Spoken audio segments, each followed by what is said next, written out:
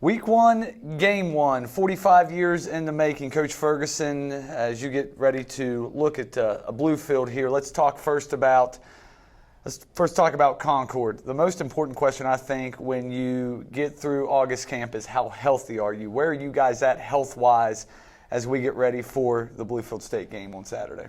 Yeah, we're coming into this game, I think for the most part healthy. I think we have, you're going to always have your bumps and bruises going through 4 weeks of practice.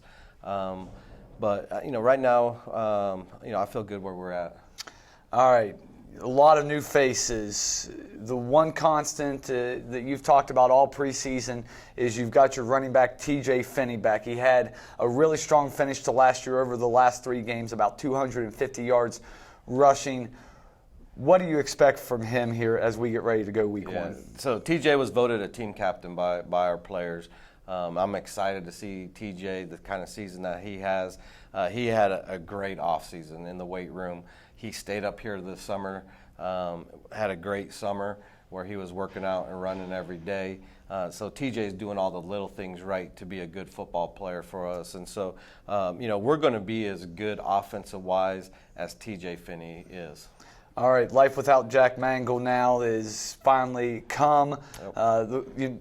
The record-setting quarterback has given the reins to Brian Ferguson. He has been a backup in this offense. He got some time last year whenever, maybe Jack wasn't playing his best. What have you seen from Brian Ferguson here in the preseason? Well, first of all, Blaine's a kid that's done it the right way. He backed up Jack for 4 straight years. He learned from Jack how to play quarterback. He's very comfortable in our offensive schemes, in this offensive system. He has the ability to throw the football down the field. He also has the ability to run when he's needed to run. Blaine's had a great camp. His focus level has been great. He's doing a great job of leading this offense. These young players come to him because he knows this offense so well. And so, life without Jack is going to be tough. Blaine has an opportunity to prove to everybody that he's worthy of playing quarterback. So I'm excited to see Blaine play. But again, we're going to be as good as TJ Finney. A lot of new faces on the defensive side, but a positive note, you bring back your top tackler in Jamari Smith, who was an all-conference guy last year. Your top pass rusher, Vontae Pinnell, double-digit TFLs for him last year. And then Kendall Bourne's an 11-game starter in the secondary as a true freshman. Yep. 3 pillars there on defense. How do those guys lead? What is a youthful defense? Yeah. First and foremost, it's going to be led through Vontae Pinnell. Vontae was voted as a defensive captain for us. That it's all about the front 7. And so Vontae's got to do a good job of leading that, putting pressure on the quarterback, helping in the run game. Jamari is great to have Jamari back. He's been an all-conference player not only here at Concord but at Erskine when he was in the SAC before that. So we're going to lean a lot on Jamari.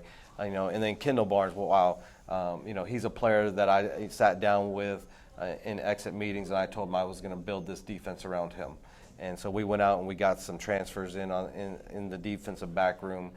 We also brought in some young guys, but Kendall's leading us on that back end.